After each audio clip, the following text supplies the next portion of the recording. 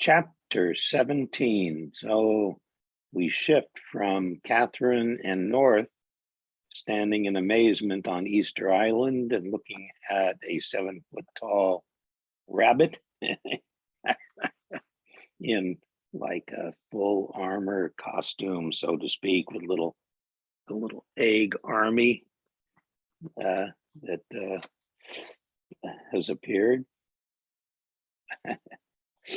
And it shifts to the center of the earth where Pitch has taken the children. Chapter 17, in which Pitch appreciates North's ingenuity but proves to be a dark customer indeed. North's mechanical genie was a truly inspired invention. Pitch took delight not only in the theft of his enemy's creation, but also in the wonderful things it could do. When he was inside the genie, Pitch could not only venture out into the sunlight, he could turn it into any number of machines, most notably one that could fly, the perfect way to quickly transport the children across a vast distance. With the children and Nightlight trapped within his lead cloak, Pitch had transformed the genie into just such a machine. He cared nothing for beauty, but he appreciated the elaborate design of the flying sleigh machine that swelled out from the genie's shoulders, back, and arms. Every floorboard, deck, and bolt was a mechanical marvel. A surge of envy roiled through him, for it was clearly a combination of ancient magic and human invention that had created this masterpiece.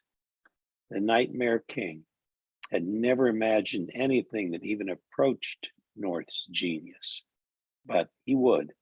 Oh, once he had all the books in the wizard's library, he would. He narrowed his eyes and issued a curt command to the genie. Take me to the core.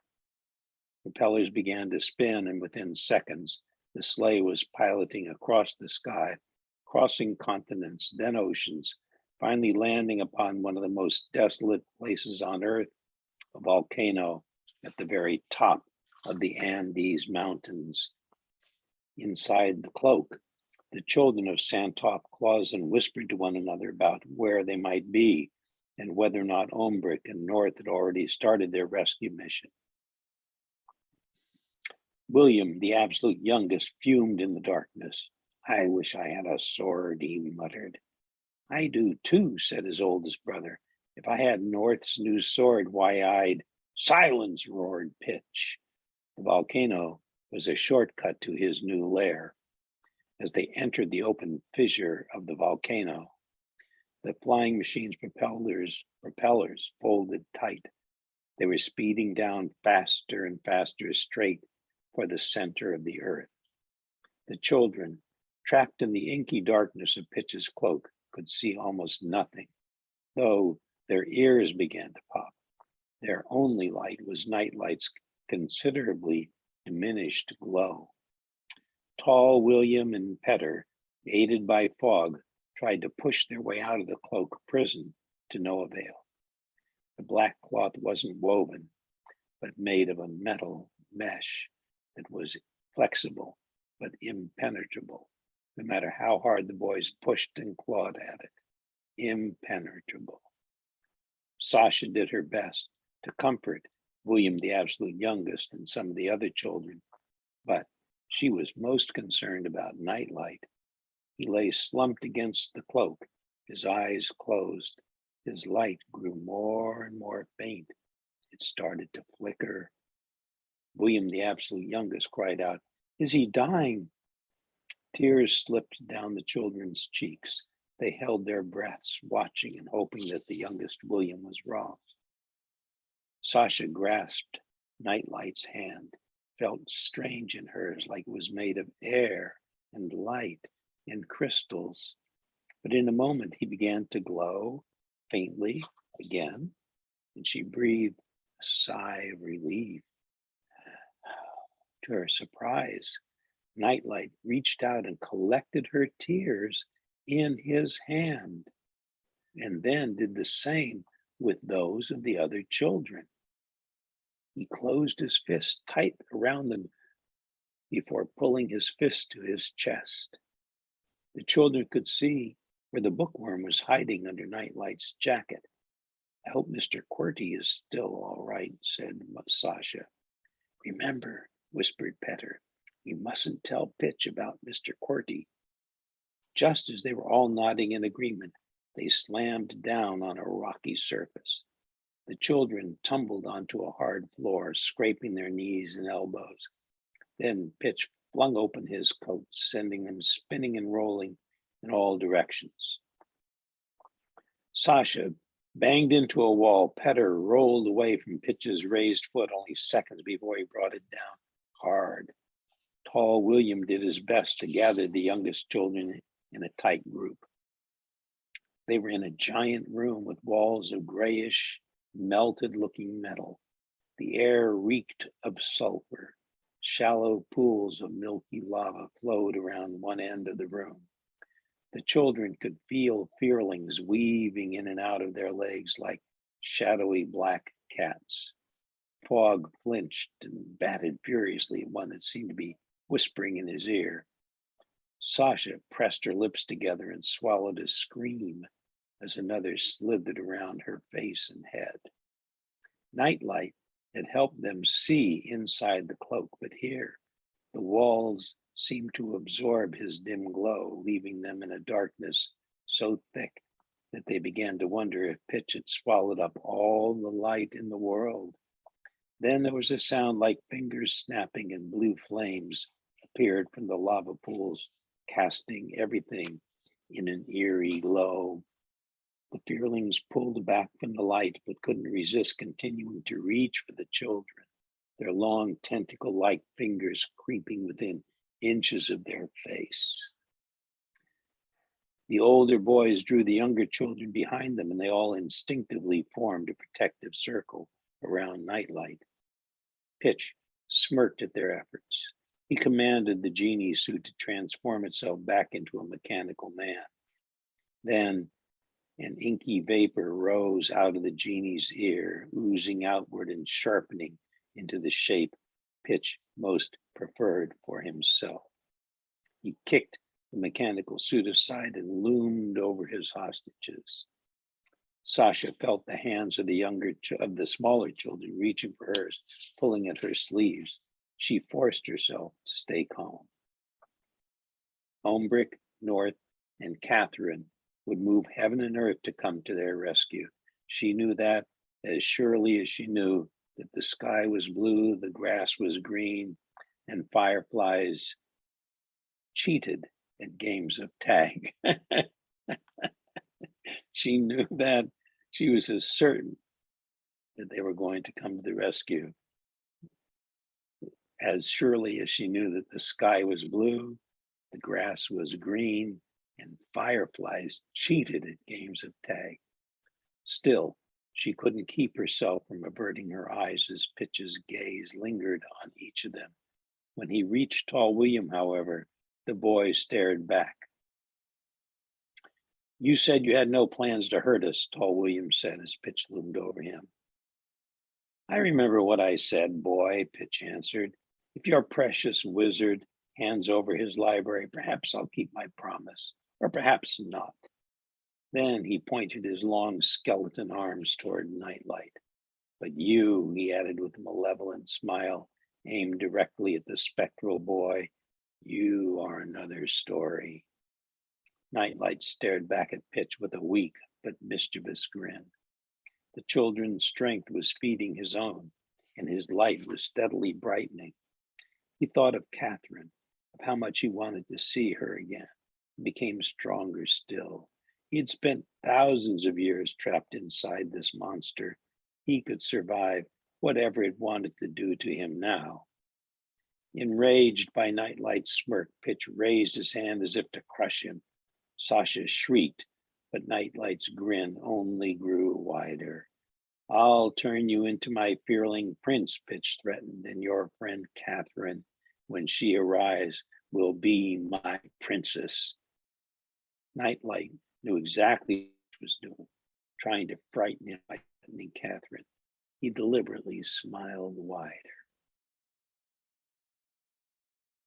Pitch reached out his long, gnarly hand and with agonizing slowness let his fingers hover just an inch from Nightlight's head. Now you will be mine. You kept me in prison for centuries. Day after day, year after year, I dreamed of revenge.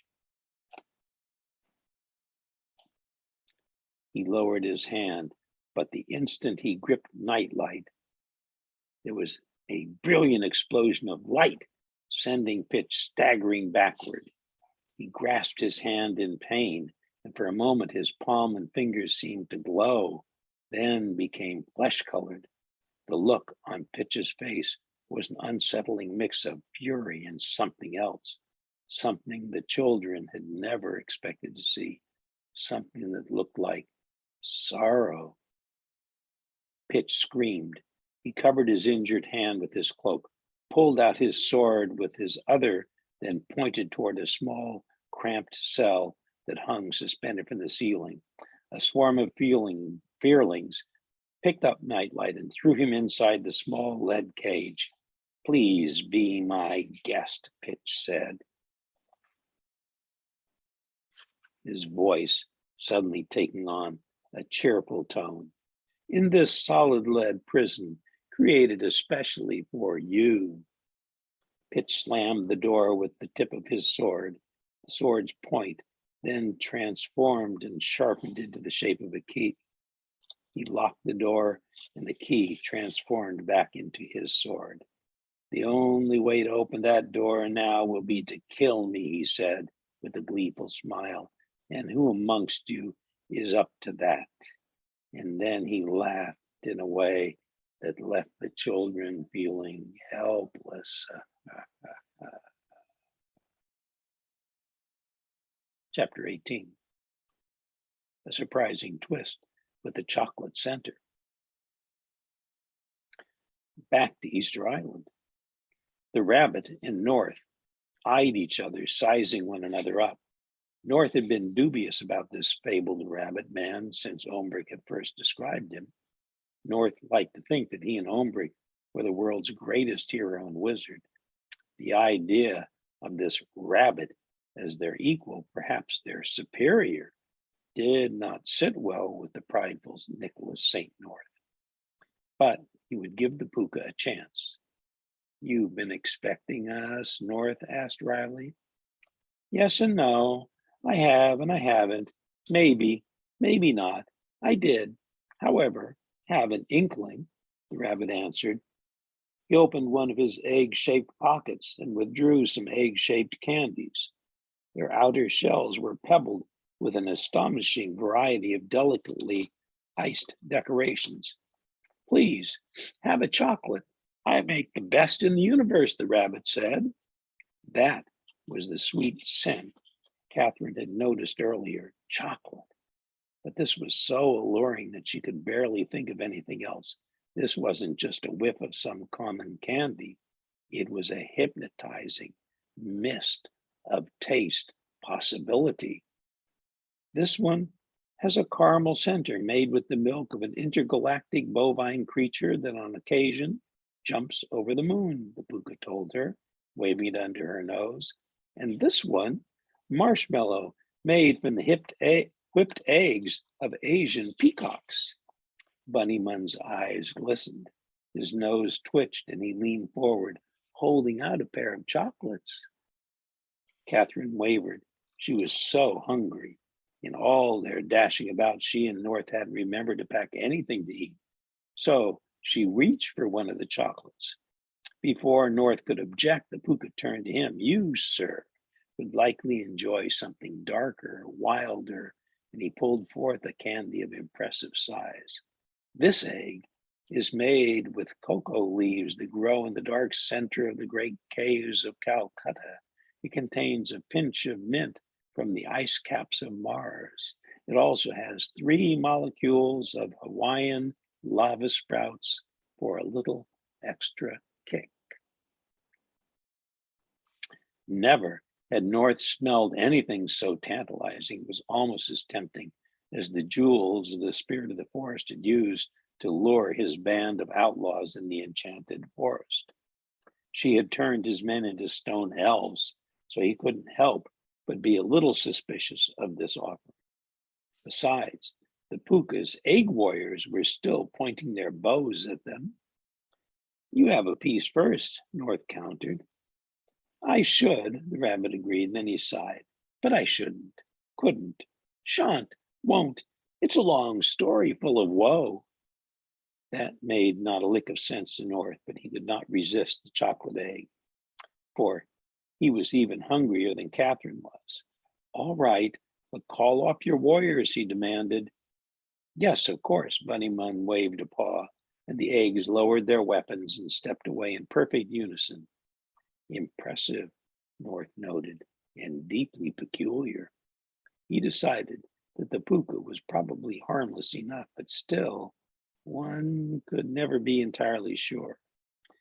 The air was rich with an overwhelming scent of chocolate, and Catherine could resist its spell no longer. She had been waiting politely for North to take a chocolate before eating her own, but now she popped the caramel egg into her mouth. A look of bliss crossed her face. Her eyes closed. Both North and Bunnymund watched her carefully, North out of concern, and Bunnymund with an eagerness to hear her reaction. Catherine began to sway slowly back and forth as if in a dream. She was bewitched by the chocolatey goodness. The Puku could wait no longer. You liked it? He asked, a single twitching whisker betraying his intense interest. Catherine smiled, her mouth still flooded with the flavor even after she'd swallowed the candy. The best chocolate I ever had or thought I would ever have, she answered dreamily. Perfect, said the rabbit, the rest of his whiskers now twitching along with his nose. Then he slammed his staff against the ground and the earth opened up beneath them. Catherine and North tumbled forward, spinning down a hole that seemed to be digging itself as they fell. Clumps of rock and dirt whirled past them. When they stopped, the hole above them closed and they saw that their chamber led to another egg-shaped chamber, and another, and another. There was an endless row of them stretching as far as they could see. Hundreds of living eggs of various sizes, designs, and uniforms strode about on their toothpick-thin legs, engaged in a wide array of duties, mixing chocolate, making candy eggs, decorating eggs, painting eggs, polishing eggs, packaging eggs. It was all very, very egg-centric.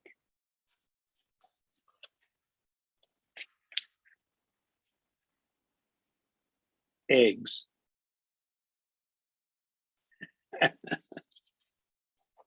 Catherine gazed about in wonder, then spied something familiar in a chamber up ahead. It was their ship. Bunnymund had somehow brought it underground too. She sighed with relief. Now she wouldn't have to worry about Kailash being left behind. Still, she wanted Kailash to stay put until she was completely sure this strange underground world was safe. Come, Bunnymund invited them, gesturing grandly. I have much to show you. They passed a vast display of every conceivable type of egg. I have eggs from every species that ever laid them, Bunnymund said expansively. Dodo birds, pterodactyls, dinosaurs, the eggman of Quacklandia. On one wall, North and Catherine saw a picture of a familiar green and blue planet, only it was egg-shaped, not round. Is that supposed to be Earth? Catherine asked. Bunnymund traced the image reverently. Yes, many zillions of years ago, he answered. At that time, the Earth was egg-shaped. Unfortunately, Ovals have an unstable orbit. If left unchecked, the planet would have swirled closer and closer to the sun and eventually then been cooked like a hard-boiled egg. Catherine stared again at the picture. But how did it become round? Oh, I fixed it. A nip here, a tuck there, the puka said matter-of-factly. It's rather sad, really. Ovals are such an interesting shape. And circles, well, so ordinary, common, dull. Then he sighed deeply as if saving the planet had been a particularly distressing household chore. Oh, I used the excess dirt to make a few more continents. Australia is my best work, I think, he said. I'm quite good at digging. Catherine blinked.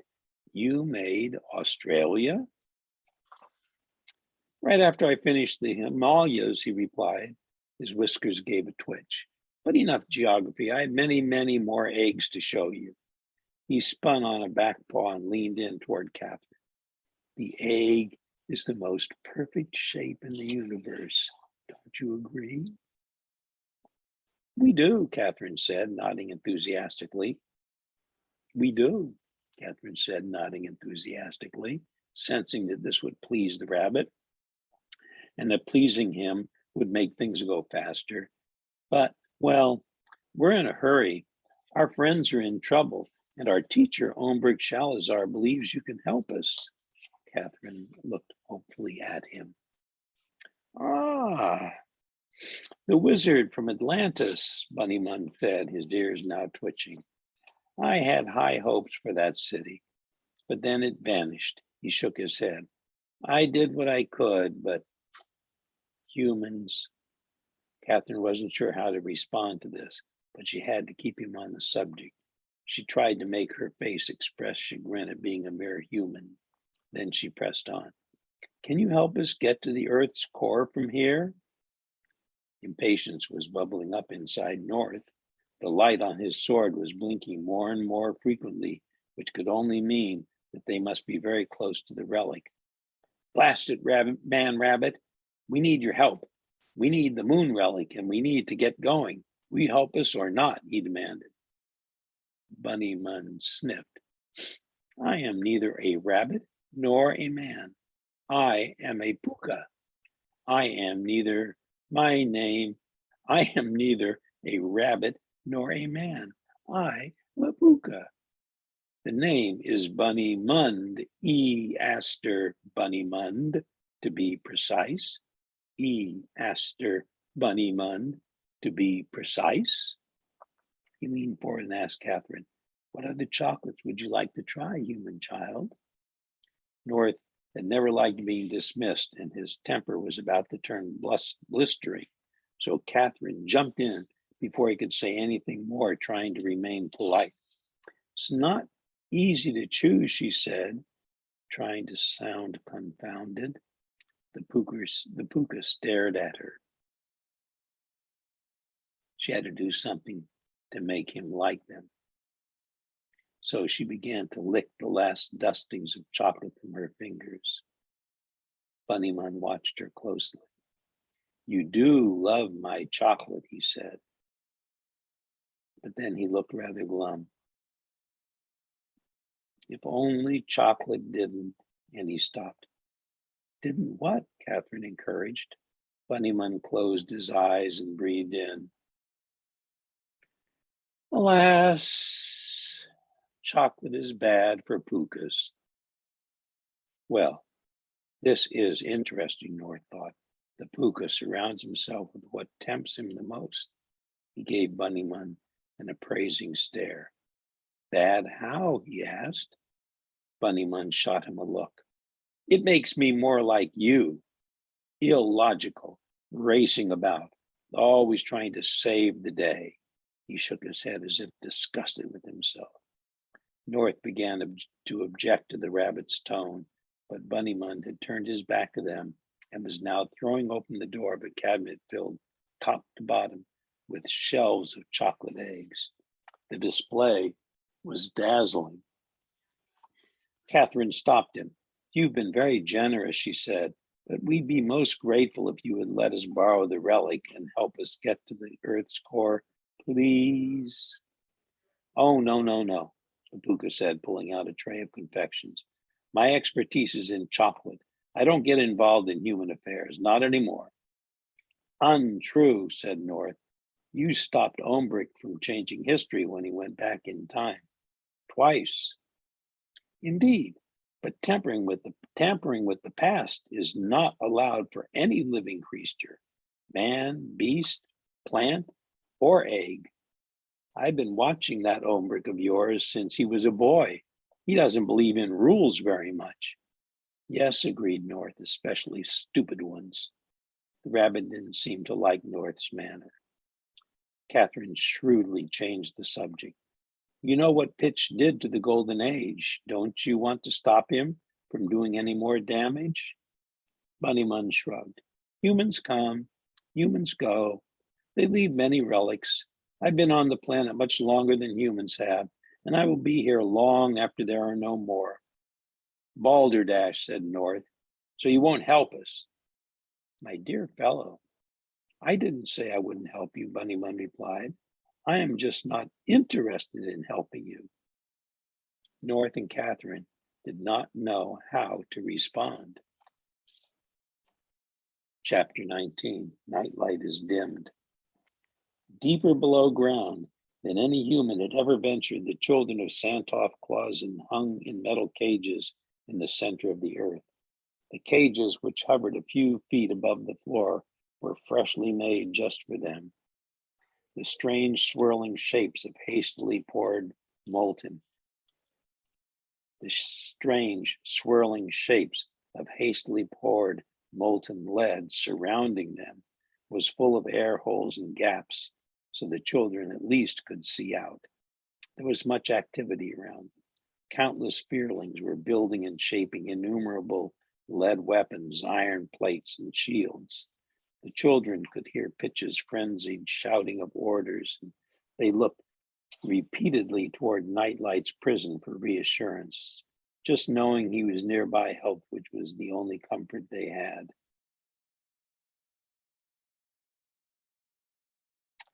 Just knowing he was nearby helped, which was the only comfort they had.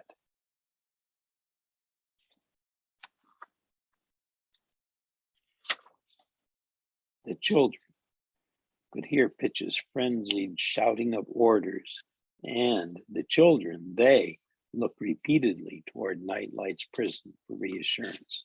Just knowing he was nearby helped, which was the only comfort they had. Unlike their cages, Nightlight's prison was made of solid lead. There wasn't a window, there wasn't a crack, there wasn't a pinhole, and the door was sealed so tight no light could make its way inside. Nightlight lay on the floor of the cage. He did not move. His eyes were closed. His light grew dimmer with every passing minute. The lead seemed to be leaching all his brightness from him. But Nightlight was not alone. Something stirred under his jacket, and for a moment, Nightlight glowed brighter. Something stirred under his jacket, and for a moment, Nightlight glowed brighter. Chapter 20, in which we find Munch marks of mystery. Back in Santoff Clausen, Ombrick was slowly and carefully releasing prisoners of another sort, the residents of the village who were caught in Pitch's enslavement spell. It haunted him to see his beloved village, the focus of his long and brilliant life, frozen in a moment of struggle and terror. He began with Petrov the bear and the spirit of the forest, for they would need to keep watch in case the fearlings were planning to attack again. As they stamped and roared and spun themselves awake, Ombrick told them the terrible news of the children's capture. Despair hung over them like a shroud. They had failed to protect the children from Pitch. Ombrick urged them not to blame themselves. Even I once was caught by Pitch in such a spell, he explained. Urgently, he told them that Pitch was holding the children hostage and that the library was the ransom he demanded. None of them knew where his books had gone, so Olmbrick moved on to release the owls and the other creatures in Big Root. They seemed the most likely to be able to help him solve the mystery. To each creature raised from Pitch's spell, Olmbrick asked the same questions. What happened to the books in my library? Where are they? And each time he got the same answer. No one knew. But from the moonbeam, Olmbrick had learned one important detail. His shelves were already empty when Pitch smashed into the library. Before she had left, Catherine had carefully gathered the pieces of Nightlight's shattered diamond dagger and placed them in a box. It was in this box where the moonbeam now rested. The poor little fellow seemed comforted to be with the diamond shards that had become his home, and Olmbrick found himself wondering if the dagger could ever be repaired. It was the physical manifestation of the man in the moon spirit and of Nightlight's courage, forged during that last great battle of the Golden Age. But now Olmbrick knew that the dagger could not be used to hurt anyone or do anything good. That was why it had shattered when Pitch tried to kill Nightlight with it. So Olmbrick now knew that the dagger could not be used to hurt anyone or anything good. That was why it had shattered when Pitch tried to kill Nightlight with it. Once all the creatures in Big Root were up and stretching, Olmbrick headed outside. He had saved the parents for last. They had likely been unconscious while under Pitch's spell, so he would have to tell them that their children had been taken. The parents seemed to have just reached Big Root when Pitch had bewitched them, for that's where they lay, most of them on their sides or on their backs, where they had fallen, and the Nightmare King turned them into toys. Their china faces expressed dread and alarm, the only exception being old William's.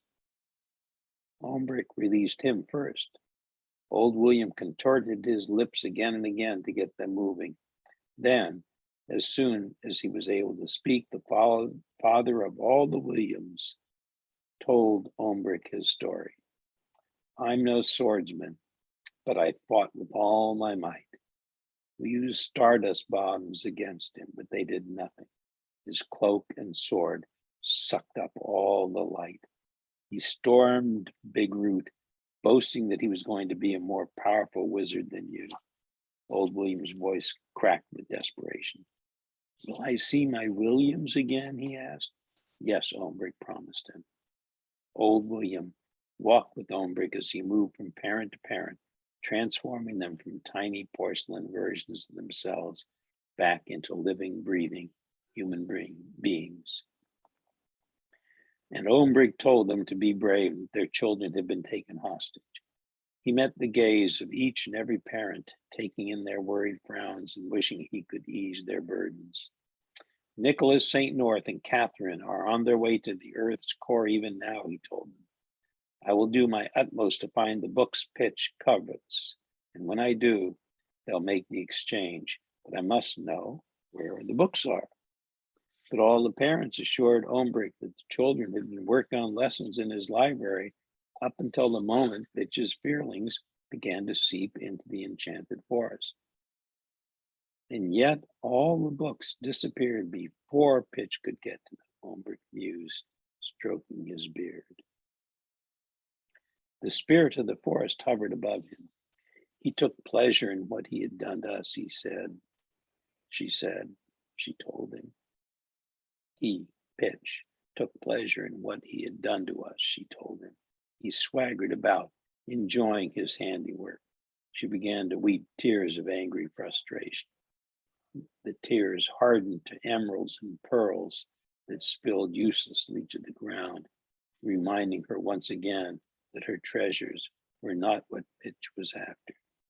Olmbrick grew increasingly puzzled, and as soon as every living being in Santov Closet had been restored, he returned to his shattered library to investigate more diligently.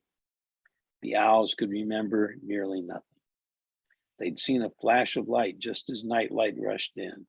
He made what looked like a protective shield around the children with it. Then Pitch's spell began to take hold of the owls, and everything had gone dark. Ombrick saw that bit of information as a clue. He picked up one of the tiny scraps of paper that littered the floor, turning it over and over.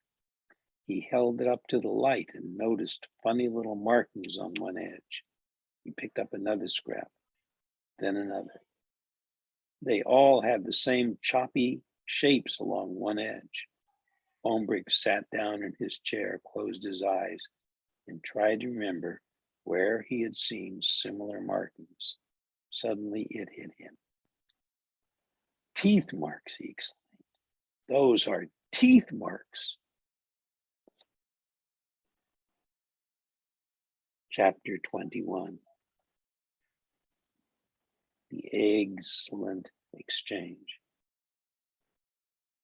Bunnymund's just not interested still hung in the air. The puka's nose twitched, and with a sharp twist of his staff, he disappeared. Catherine and North were alone. I think you made him mad, said Catherine. Who needs his help, North declared. Let's find that relic ourselves. Perhaps it can get us out of here into the Earth's core. He let his sword lead them.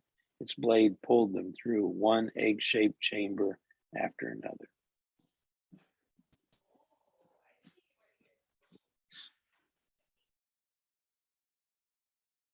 The first few chambers were similar to the one they had already been in, equipped for candy making. One smelled curiously of cinnamon, and another of a sweetness that was so powerful and tempting they had to fight the urge to stop and inhale its trance-like perfection forever. But the next chamber they found themselves in was a curious kind of egg museum. There were shelves upon shelves of intricately crafted, jewel-encrusted eggs. North whistled. I know a Russian czar who would pay a fortune for some of these, he said appraisingly, as the sword pulled him on to yet another chamber. The next room, too, was a kind of museum, but the eggs here were natural. A bumpy yellow and orange shell labeled sea monster sat beside the green speckled egg of a Mesopotamian dragon. Rows and rows of eggshells lined the walls, ranging from the giant egg of a mega octopus, pure white and bigger than North's head, to the miniature ones of a hummingbird, smaller than Catherine's thumbnail. There were chicken eggs and goose eggs and duck eggs and swan eggs, and even the tiny illuminated yellow eggs of a glowworm, barely the size of pinpricks. There were so many sizes and colors and patterns and speckles that these eggs seemed to Catherine to be even more beautiful than the eggs carved of gold and jewels. Then North let out a long, slow. Catherine ran to the next room. Inside was a single egg. It sat on a podium of gleaming silver. The egg looked as if it were made of the same mysterious metal as North's sword and was covered in gorgeously wrought carvings of suns and moons and stars. At its center was a crescent moon that glowed with the same intensity as the orb on the magic sword. In fact, the egg and the sword seemed to be reaching for each other. That's it, North cried out triumphantly. That's the relic. He raced forward, reaching out to snatch up the egg, but before he could get his hand on it, he found himself being hurtled across the room. He landed against the wall, his head pounding. When he could focus again, Bunnymund was standing over him. Naughty, naughty, he said. North jumped to his feet, rubbing the back of his head. Did you do that? He shouted. Bunnymund again went so still that he didn't appear to be breathing. Then his nose twitched. Catherine sensed a fight coming on, so it seemed into the warrior eggs. A mass of them trotted into the chamber on their tiny legs, bows again at the ready. Catherine ran over to stand between North and the puka. That egg does not belong to you, the rabbit told North firmly. North clenched his teeth to keep from yelling. Don't get your whiskers in a twitch, man bunny, he said. I doubt you even know the power and significance of that precious egg of yours, that it was fashioned by people, not by rabbits or pukas, but humans from an age more grand than you can imagine, and that it was intended for purposes of good and honor and bravery, not to be used as some useless bauble that satisfies the puny whims of your precious collection. It was clear that North's argument had a powerful effect on Bunnymund. The rabbit stepped closer. He then stood ramrod straight while his nose and whiskers twitched and stilled, twitched and stilled. The twitches were soon as fast and blurred as the wings of a hummingbird in flight. Then the puka spoke very calmly and firmly. I know the egg's powers and its origins quite well, Mr. North. I helped, in fact, to make it. He paused for a moment, letting North absorb that information. He drew himself taller, adding, inside its curved shell is the purest light in all creation, light from the exact beginning of time. It is the light that all pukas are sworn to wield and protect. But men, people, cannot be trusted with it. We tried once during the Golden Age. Fine. Then you must help us stop Pitch, North pressed. He killed the Golden Age. He is a creature, a monster.